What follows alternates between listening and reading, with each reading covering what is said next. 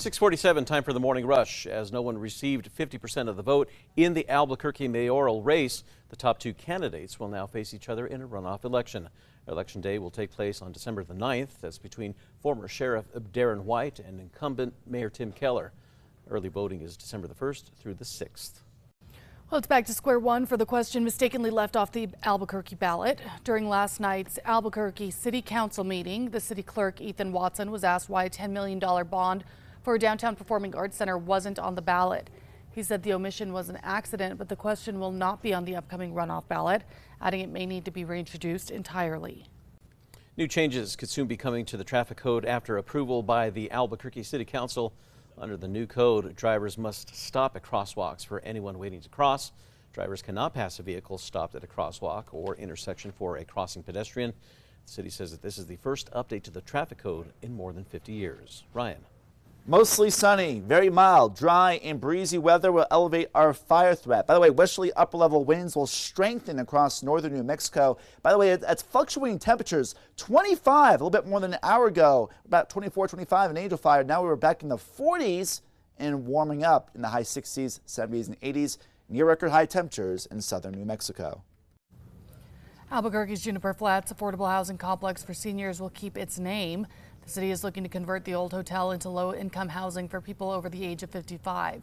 Last night, city councilors approved a measure keeping the name, with Councilor Renee Grout saying Juniper Flats is not a shelter like other gateway programs. The story right here, the Bureau of Land Management could soon be under the direction of a former New Mexico congressman.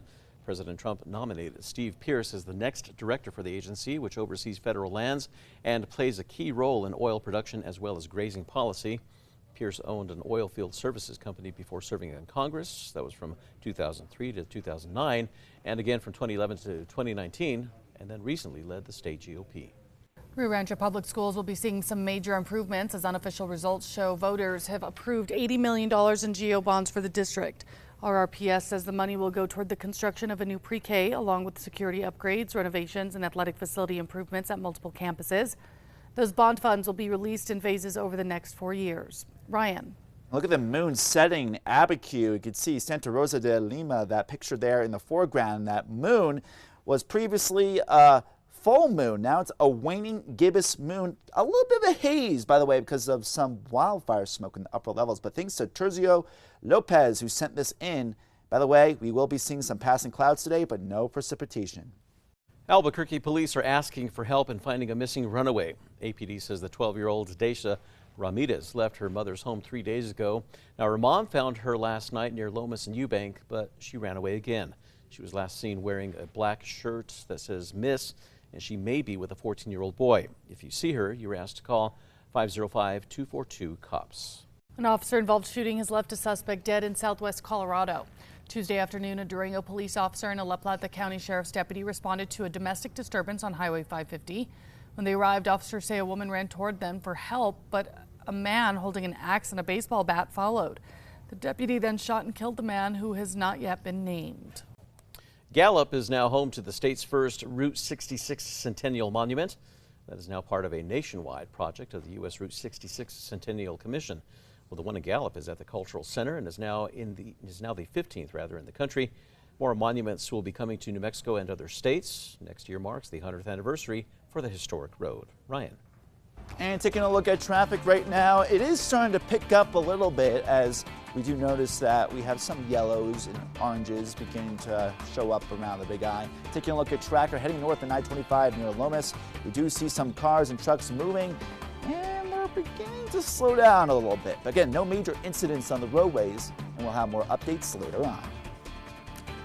Washington Capitals star Alex Ovechkin made hockey history last night, becoming the first NHL player to score 900 career goals. But it was his opponent, St. Louis Blues goalie Jordan Binnington, who tried to steal the show when he tried to tuck the record-winning puck into his pants. Now it's time for the 5 facts. At number 5, Gallup is now home to the state's first Route 66 Centennial Monument. The monument is part of a nationwide project of the United States Route 66 Central Commission. The one in Gallup is at the Cultural Center and is now the 15th in the country. More monuments will be coming to New Mexico and other states. Next year's marks the 100th anniversary for the route. At number 4, Rio Rancho Public Schools. They will be seeing some major improvements as unofficial results show that voters have approved $80 million in GO bonds for the district. RPS says that the money will go toward the construction of a new pre-K. That's along with security upgrades, renovations, and athletic facility improvements at multiple campuses. As of noon yesterday, the district says that unofficial results show that the bond passed with an estimated 76% of the vote, with more than 8,700 people having voted in favor of the measure. Those bond funds will be released in phases over the next 4 years. And at number 3, very mild weather. And the only day this month that we have not reached 70 degrees was the first day of November. From the 2nd toward the 5th in Albuquerque in the mid to upper 70s, an unseasonably warm start, but more seasonable ahead. Still warm in the short term, but temperatures will drop with some gusty winds. At number 2, this morning we are seeing footage of the moments that a chase in southeast Albuquerque ended with a driver hitting a police car and almost hitting a pedestrian. Video from back in September shows Albuquerque police were alerted to a stolen car spotted near Central and San Mateo. Officers tried to stop the stolen Mitsubishi, but the driver, later identified by police as 30-year-old Natalia Lucas, had other plans. The driver stopped suddenly, then reverses back into the officer's unit before taking off. Officers eventually surround her, and she reverses into another officer's unit.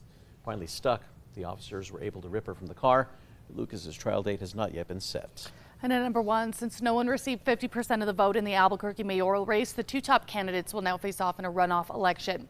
Election day will take place on December 9th between former Sheriff Darren White and 2-term incumbent Mayor Tim Keller. A KRQE political analyst stated that the unexpected strong turnout for progressive candidate Alexandra Ubaez could help Mayor Keller in the long run. However, there was an expectation for a wider margin between Keller and White in the initial election. If you didn't vote in the general election, you can still vote in the runoff. Early voting is December 1st through the 6th.